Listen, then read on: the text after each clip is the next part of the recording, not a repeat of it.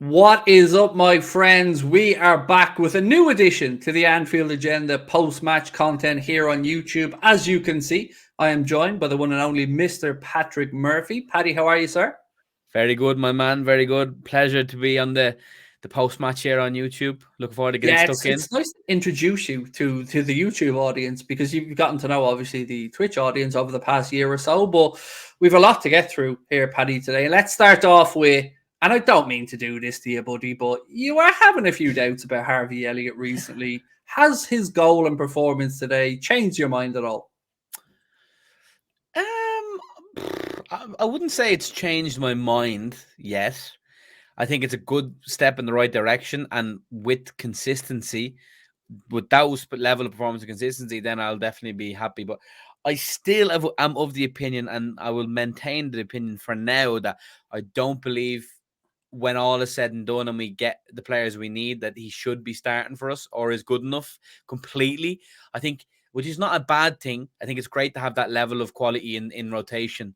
But I think as it stands for me, I would see him right now with available players in the starting 11, but ideally I would not want him to be a part of the best 11. Let me pitch it to you another way then. Do you think he's been played out of position? Is he better in the free role behind the strikers or on the right hand side of the attack? Do you think that him being asked to play in midfield is not letting us see the best attributes that he has? No, I would agree. That's fair to say. I think his skill set is definitely more akin to an attacking midfielder or a number 10. I think he has that kind of in him, where find that pass between the lines.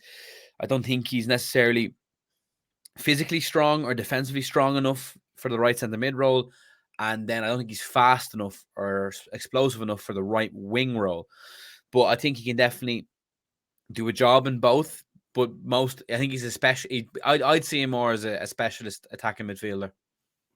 The goal, though, could we talk about the goal for a second, Paddy? Because it was special. And a lot of people were saying that the Wolves keeper should have done better or went with the wrong hand. And we've seen that modern trait in goalkeepers, not liking to go with the closest hand to the ball. But for me, I don't think he was expecting Elliott to shoot when he did, and that's what caught the keeper off for me. I was, yeah. To be fair, initially I was like, I suppose I was in your watch along, and I was looking at chat going, "Oh, one of Paddy eating humble pie," and I was supposed to go, "Well, it was bad goalkeeping," but no, it was Harvey Elliott made the goalkeeper look silly. To be fair, with that strike and catching him out, and it was lovely connection. And I promise you, I hope to be proven wrong on my things, and I hope he laughs at me. But yeah, he was fantastic today, and that goal was a well deserving winner. Well, we've spoken about whether he should play in midfield or not, Paddy, but who would you play in midfield against Chelsea? And do you think we look better today without Fabinho and Henderson starting? I mean, for me and my match reaction, I don't know how the vibe was in yours. I gave my man of the match to Bajcetic. I thought he was excellent. Same as me. I think I ended up giving both of the lads 9s, Stefan and Harvey.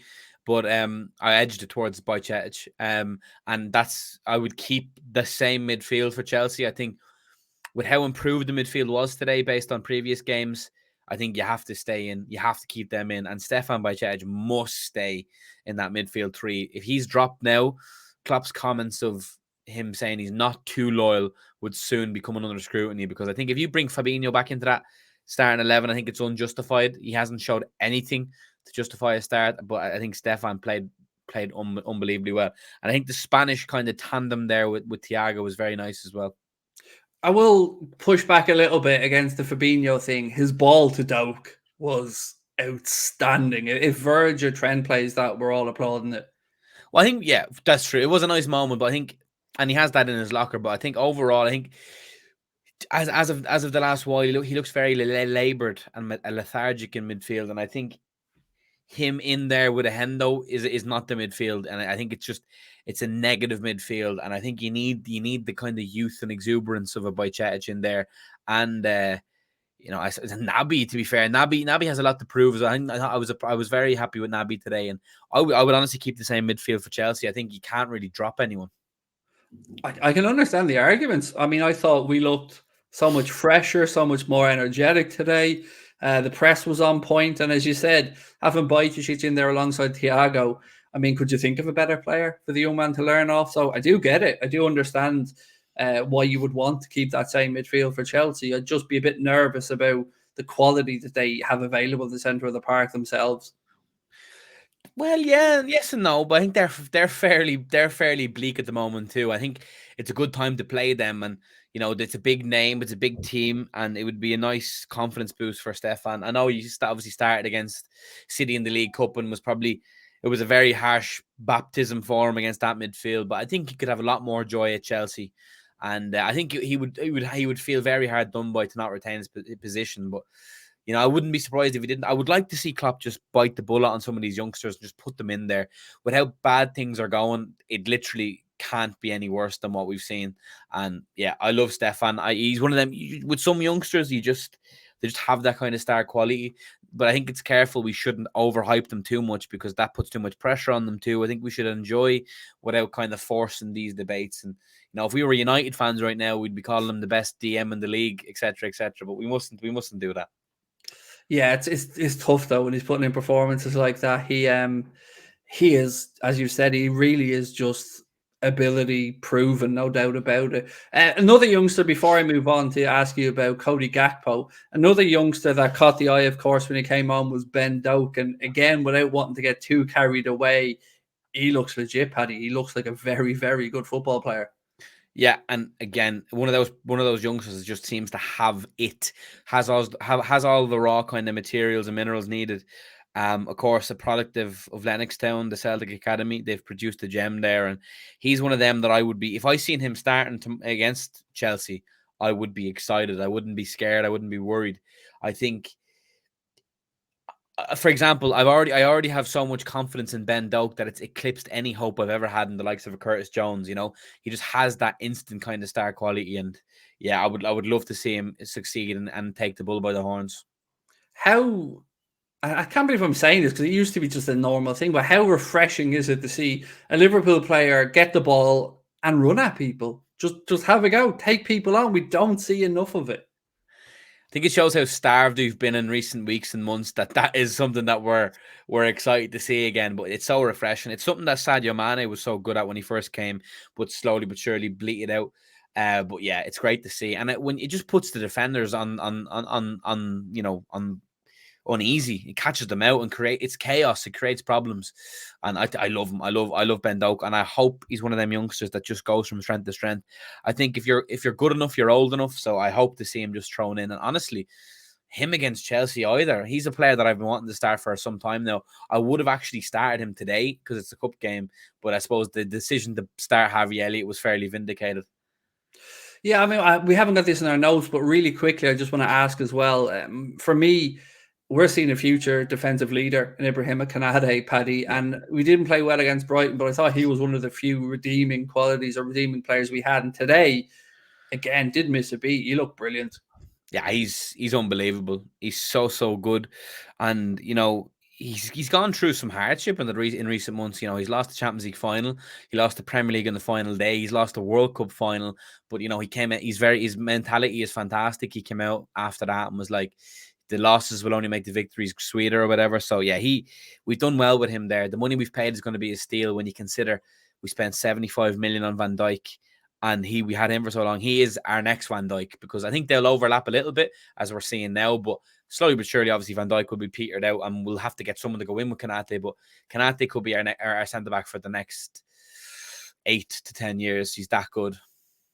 I agree. And look, quick shout out to Joe Gomez as well, who I thought did quite well today. So fair play to Joe, and hopefully that breeds a bit more confidence. Right, lastly, Paddy, before we finish up, unbelievably, mate, there is already people on the wonderful world of Twitter trying to write off Cody Gakpo. Now, before I ask you for your take on the Cody Gakpo situation, for me, I think he's been unlucky with the timing of when he's had to come into Liverpool. Obviously, we have no left-sided players available at the minute, and Gakpo's had to play left, central, get used to a new system, get used to a new league, get used to, I would say a new language, but he speaks English perfectly.